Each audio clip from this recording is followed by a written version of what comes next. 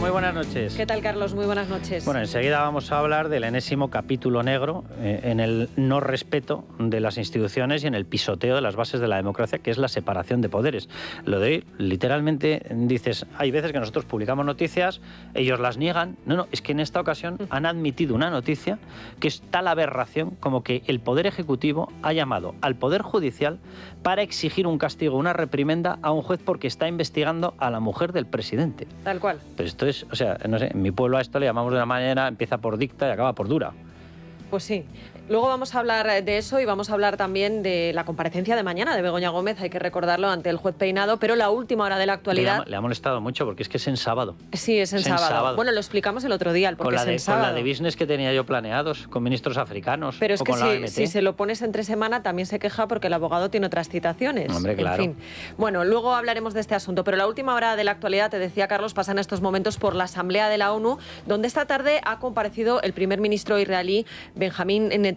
Comparecencia que ha durado 40 minutos y que el primer ministro ha hecho que el Ejecutivo israelí retransmita en Gaza con altavoces para que lo escuchen los rehenes de Hamás. Nos hemos olvidado, les ha dicho. La delegación española se ha ausentado del discurso, al igual que los delegados de una decena de países que optaban por abandonar la sala justo cuando Netanyahu iba a tomar la palabra.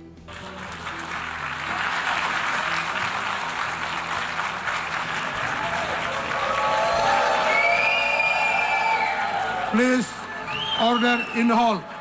Aplausos por un lado, abucheos por otro, pero incluso con plantón incluido, lo que es evidente es que la comparecencia del primer ministro israelí ha despertado gran expectación. Netanyahu ha vuelto a exigir a Hamás la liberación de todos los rehenes israelíes y ha insistido en su intención de llegar hasta el final y de acabar con los terroristas lo antes posible. Los restos de Hamás están en la ciudad de Gaza y prometen repetir el 7 de octubre una y otra vez, independientemente de lo que les quede de fuerza. Por eso Israel tiene que terminar la tarea y por eso queremos hacerlo lo más rápido que podamos. Y a quienes compran el discurso de los terroristas de Hamás, hablando de genocidio, Netanyahu lanzaba la siguiente advertencia. Para Israel, cada víctima civil es una tragedia. Para Hamás es una estrategia. Hamás usa a los civiles como escudos humanos y su guerra de propaganda en Israel es enfermiza. Una guerra de propaganda que los medios occidentales compran a pies juntillas. Y les leo un fragmento más de ese discurso que ha resumido fantásticamente bien nuestro compañero Carmelo Jordá en Libertad Digital. En este caso sobre el Estado palestino, dice: darles un Estado a una milla de Jerusalén después del 7 de octubre es como darle a Al-Qaeda un Estado a una milla de Nueva York después del 11 de septiembre.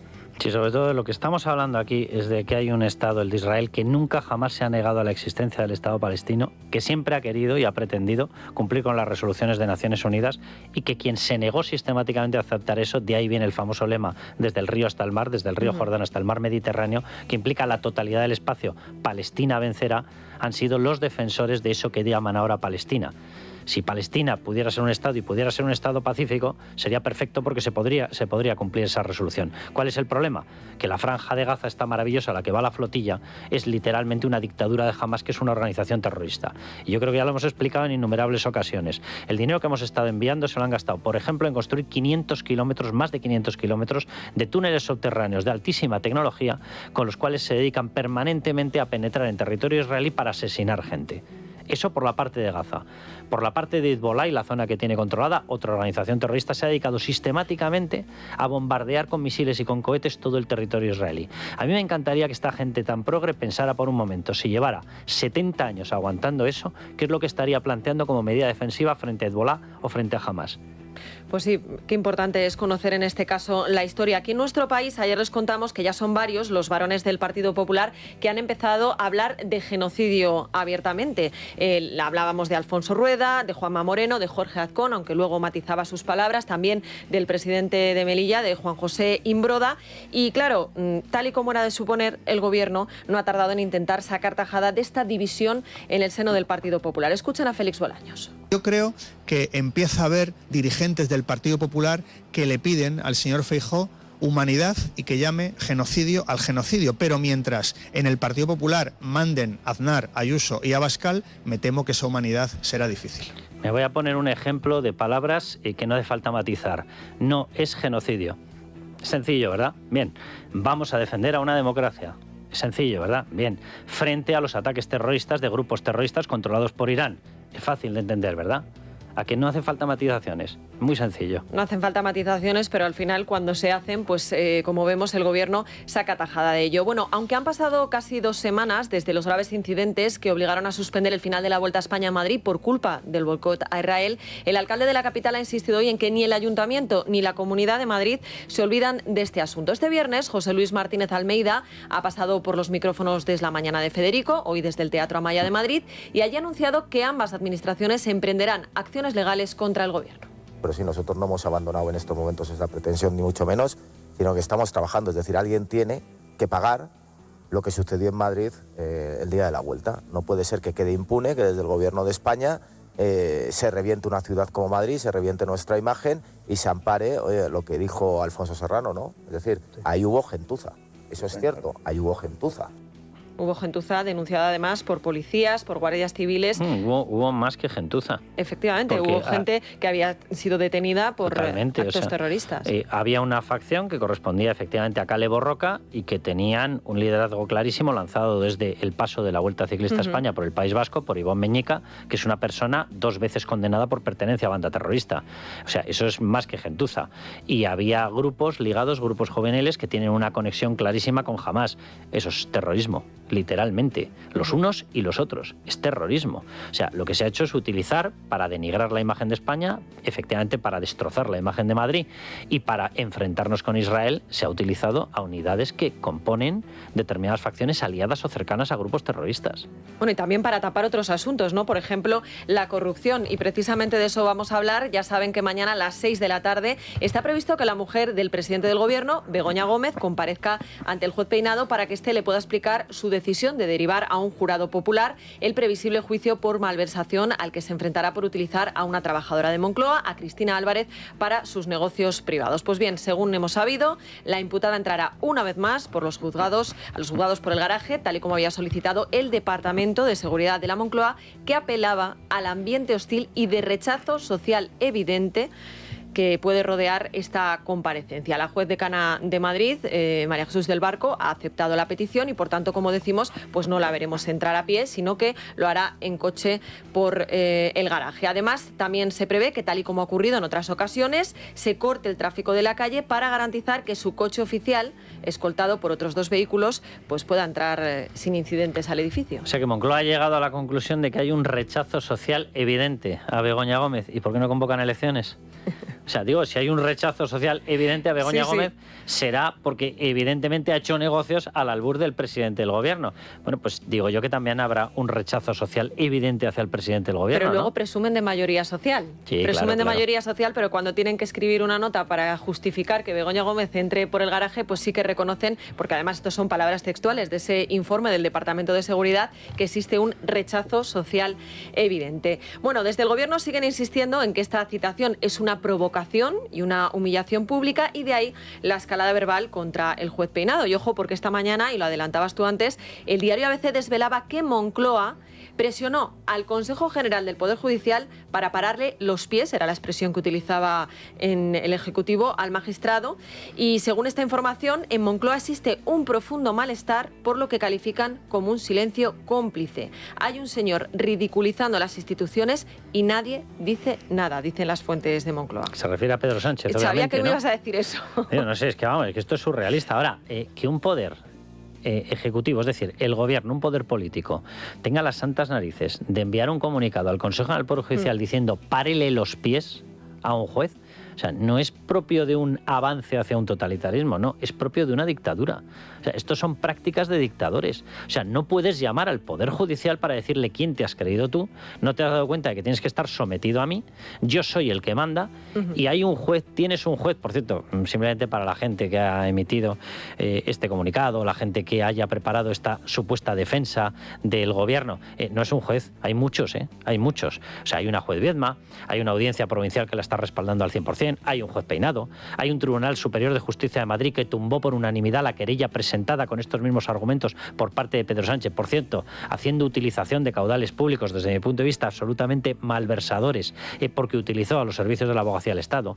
Hay un magistrado, Leopoldo Puente, hay un magistrado Hurtado, hay infinidad de jueces, hay un juzgado número 13 en Madrid que está pidiendo también abrir la causa de Begoña Gómez y sus relaciones con Air Europa. Sí, es decir, prácticamente es toda la justicia al unísono, porque ustedes han llegado el nivel de corrupción prácticamente al unísono de toda la vida.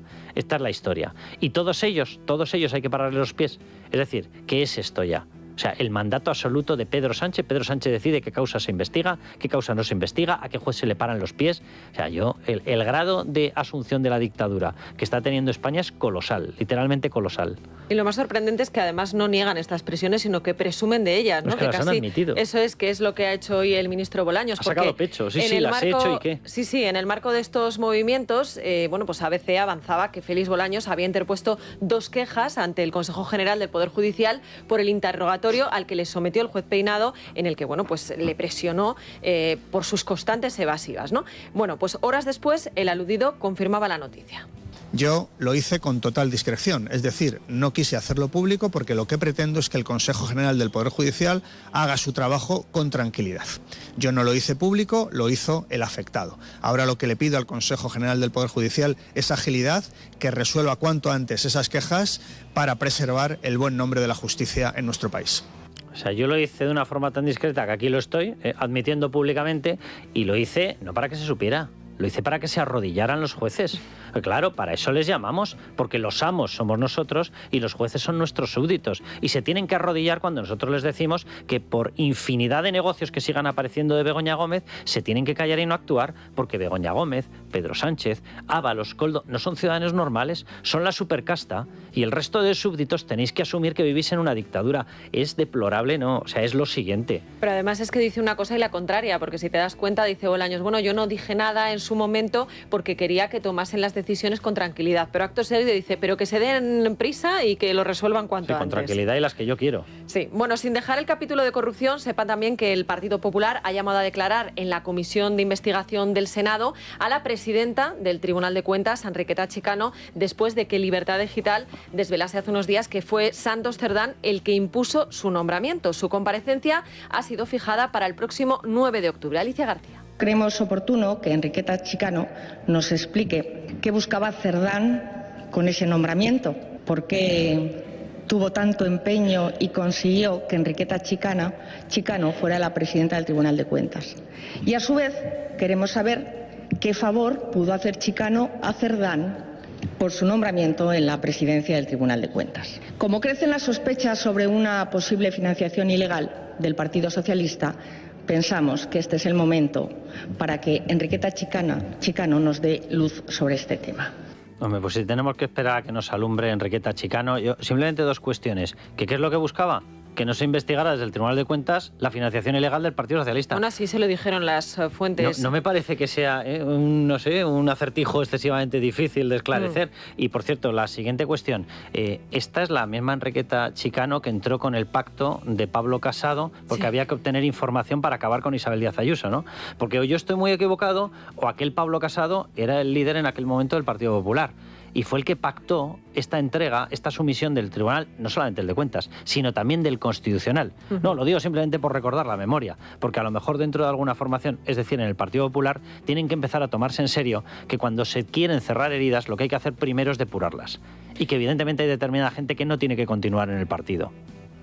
Bueno, pues además de solicitar la comparecencia de Enriqueta Chicano, la portavoz del PP en el Senado, ha anunciado igualmente que ha remitido una carta al presidente del Gobierno, a Pedro Sánchez, para recordarle que con el reglamento de la Cámara Alta en la mano tiene la obligación de acudir a la sesión de control en el Senado al menos una vez al mes. Y claro, ¿por qué se lo recuerda? Pues porque a lo mejor algunos ya han perdido la cuenta, pero lleva sin ir más de año y medio. Concretamente, la última vez que fue a una sesión de control en el Senado, que se celebran habitualmente los martes por la tarde, fue el 12 de marzo de 2024. Si Begoña Gómez no puede ser juzgada por los súbditos, porque va a tener que ir a dar explicaciones el amo a los súbditos, al Congreso. ¿Qué es eso?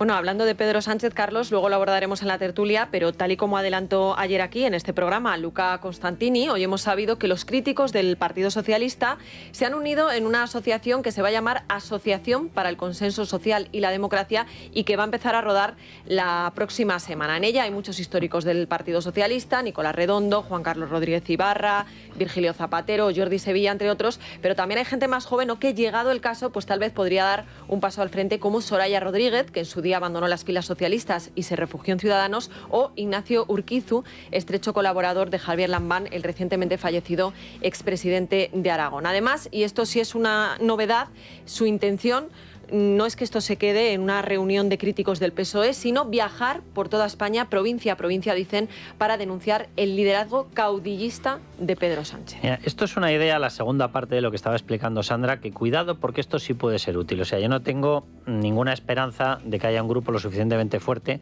como para imponerse a la dictadura. Estamos viendo cómo avanza España a la dictadura de Sánchez, pero es que internamente el Partido Socialista no tiene nada que avanzar ya porque es una dictadura absoluta de Pedro Sánchez. Ha cortado las cabezas de todos los críticos.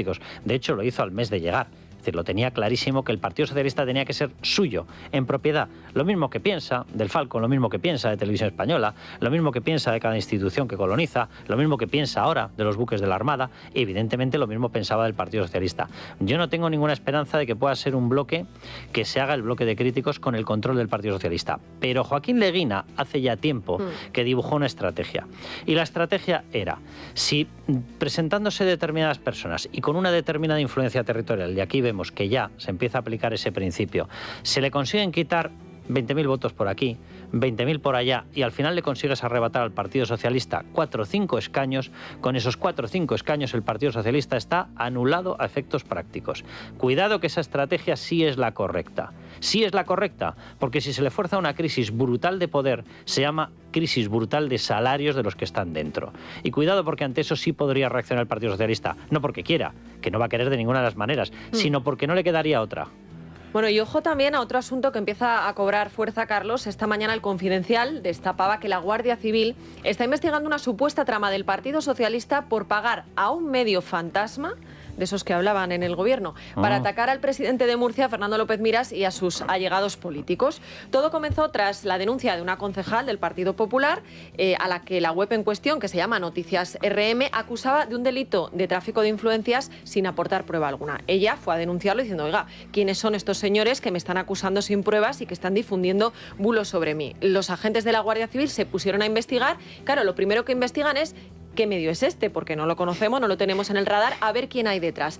Y resulta que lo que descubren es que detrás de este medio hay un señor que se llama Jesús Cobos, que está vinculado al Partido Socialista de Cartagena y cuya empresa, Soluciones Informáticas Cartago, recibió más de 45.000 euros el año pasado del Grupo Parlamentario Socialista, qué casualidad, en la región, en concepto de gestión de comunicación y redes sociales del Grupo Parlamentario Socialista. Sin disimular, ni siquiera utilizamos una empresa pública, ni siquiera enviamos publicidad de INECO, ni siquiera mandamos publicidad de DIF. No, directamente por gestionar las redes y la comunicación del Grupo Parlamentario. Oye, se me ocurre una idea, que fiche a Leire Díez.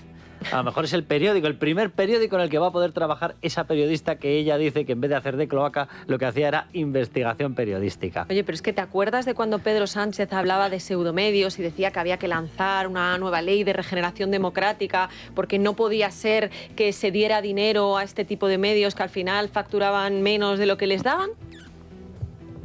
Lo que no es aceptable es que con recursos públicos se esté financiando la desinformación y los bulos de estos medios digitales o pseudomedios digitales.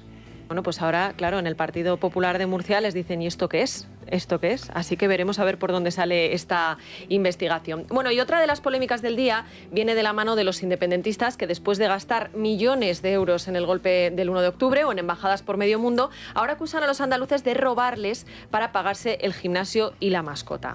¿A cuento de qué viene esto? Bueno, pues resulta que esta semana el presidente Juanma Moreno ha anunciado su 7ª rebaja fiscal, que además de una desgravación del alquiler, contempla deducciones de hasta 100 euros en los gastos del gimnasio o de los gastos del veterinario. Un anuncio que no le ha sentado nada bien a Jordi Turull.